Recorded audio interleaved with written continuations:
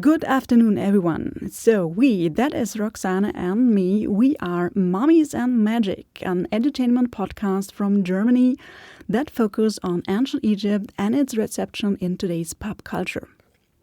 We are very happy to be part of this amazing event and like to start with a big thank you to our hosts and organizers. In the next 18 minutes, we will introduce our podcast project by using the film Pharaoh from 1966 as a case study. To do this, we will briefly summarize the plot and background of the film and trace its roots back to a Polish novel written in 1895. We follow the Pharaoh through the ages, going back to the end of the New Kingdom of ancient Egypt. And we take a closer look to the props and locations used in the film, and which are closely related to ancient Egyptian originals. Rushing back into the future, we will finally see an adaptation of our Pharaoh in a sci-fi world of Perry Rhodan. But before the movie starts, a short commercial break. The podcast is organized by the two of us, which are Roxane, the head of cultural education at the Egyptian Museum in Munich, and me, Nora, who spent a year as a scientific volunteer at the same museum. We both did study Egyptology and we share a great interest in the nerd culture, especially with a connection to ancient Egypt. So every fortnight we talk about different genres such as movies, books, music, PC or board games that are related to ancient Egypt. Starting from scratch 2 years ago, we produced 42 episodes so far and reaching a community around 25,000 users. That's really cool. Mm-hmm. Our fan Adrian provided us with the film Pharaoh from 1966 and asked us to dedicate an episode of our podcast to the film. And so we did. Pharaoh is a Polish historical film, a so-called sandal or monumental film, certainly following the hype surrounding Cleopatra from 1963. The film was directed by Jerzy Kawalerowicz, based on the novel by Bolesław Prusz from 1895, which Nora will discuss later. The original length of the film was 180 minutes. There were different German versions, East Germany and West Germany. We watched the restored version with a length of 145 minutes. The film took part in the 1966 Cannes Film Festival, was nominated for an Academy Award in 1967 and is still one of the most successful Polish films today. In German, the film is sometimes subtitled Die dunkle Macht der Sphinx, the dark power of the Sphinx, but don't ask us why. But what it's about. The film takes place at the end of the New Kingdom, late in the 20th dynasty. The young pharaoh Ramses XIII wants to reform Egypt and opposes the state religion.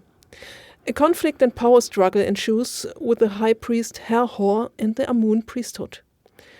While the pharaoh forges secret alliances and has the military on his side, the priests counter this with intrigues and their knowledge of how to deal with the people. The love of the pharaoh for the Jewess Sarah and the Phoenician priestess Kama, who ultimately betrays him, is also thematized. There is also a solar eclipse and a regicide. The film was shot in Central Asia, in the Kizilkim Desert near Bokhara in Uzbekistan, and in Egypt.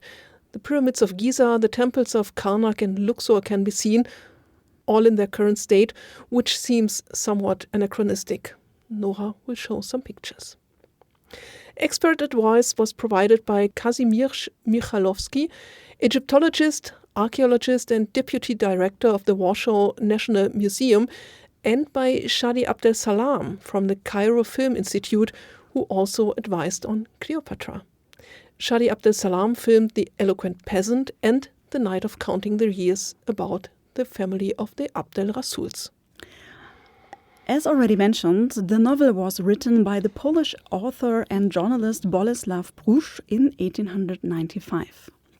He began his career at a daily newspaper, and thus Prusch gained insights into the latest political events of his time.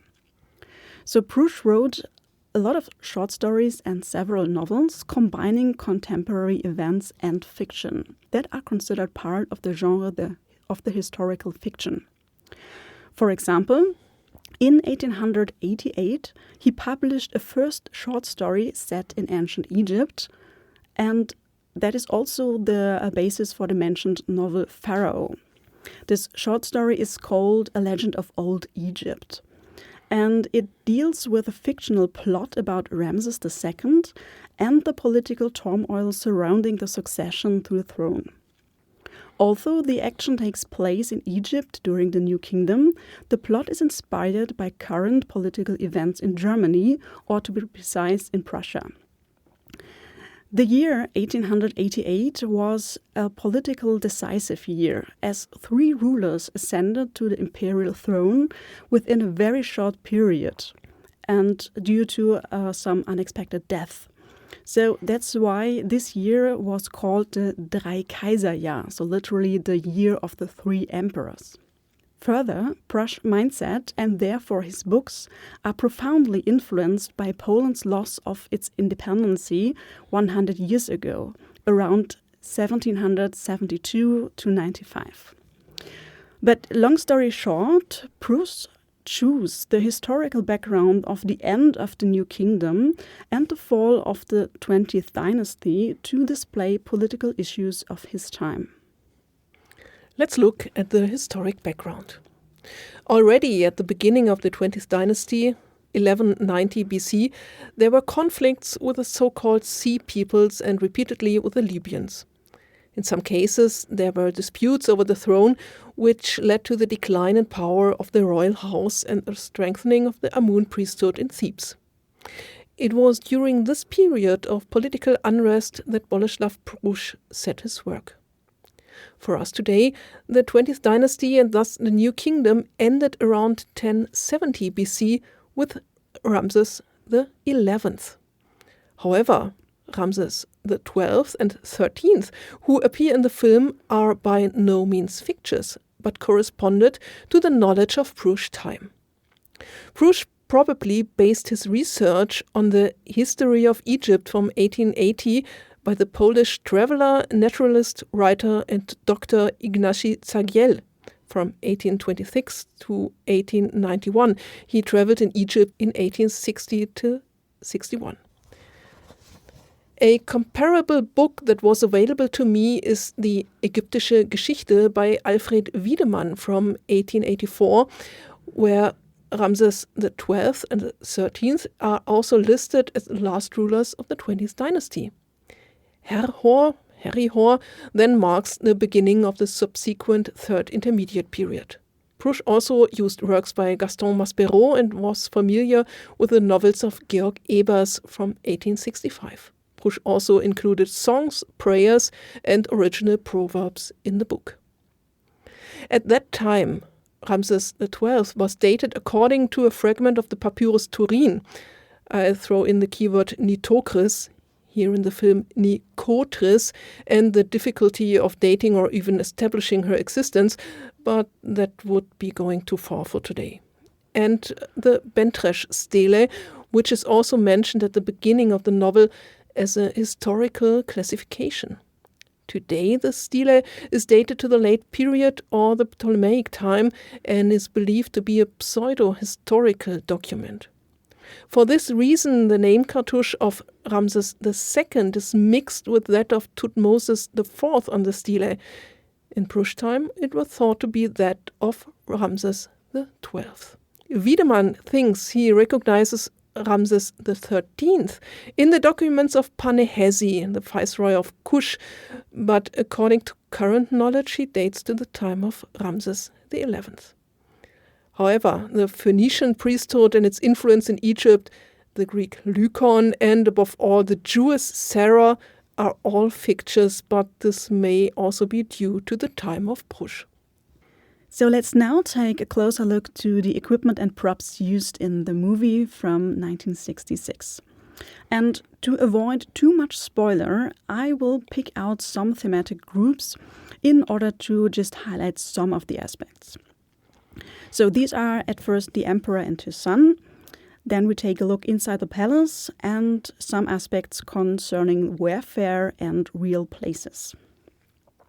So, the king, Ramses XII, we met him in the movie Aged in Wisdom, and he appears like a resurrected reconstruction of the mummy of Ramses II.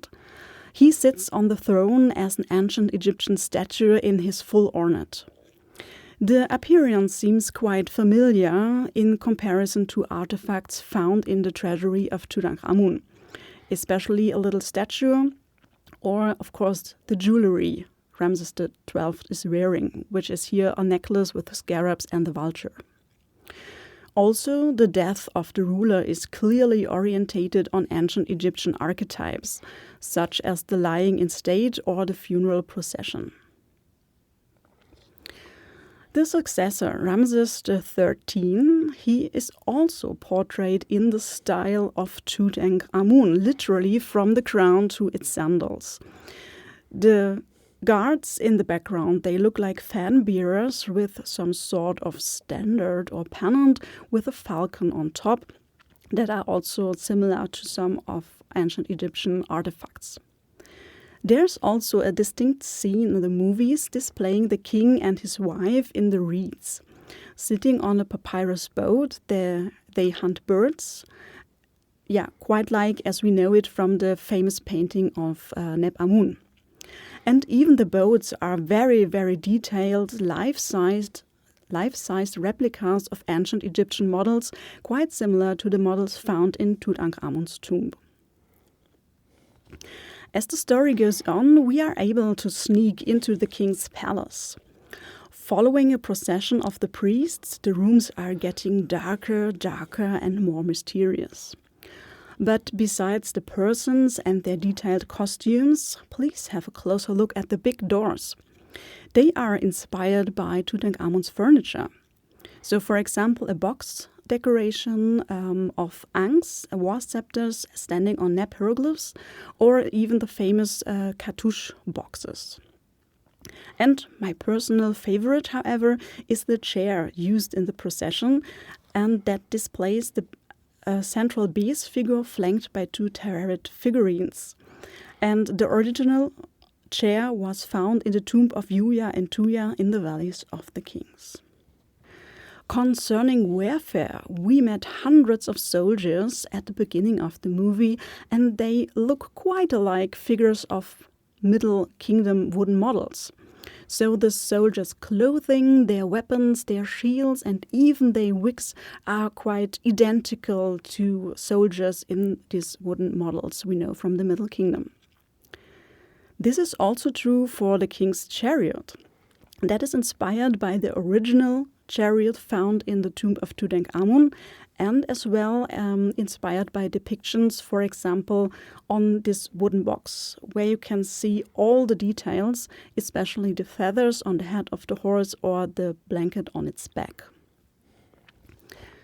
There are also some battle scenes, and the enemies wearing feathers in their hair, they look suspiciously like sea peoples we know from New Kingdom reliefs.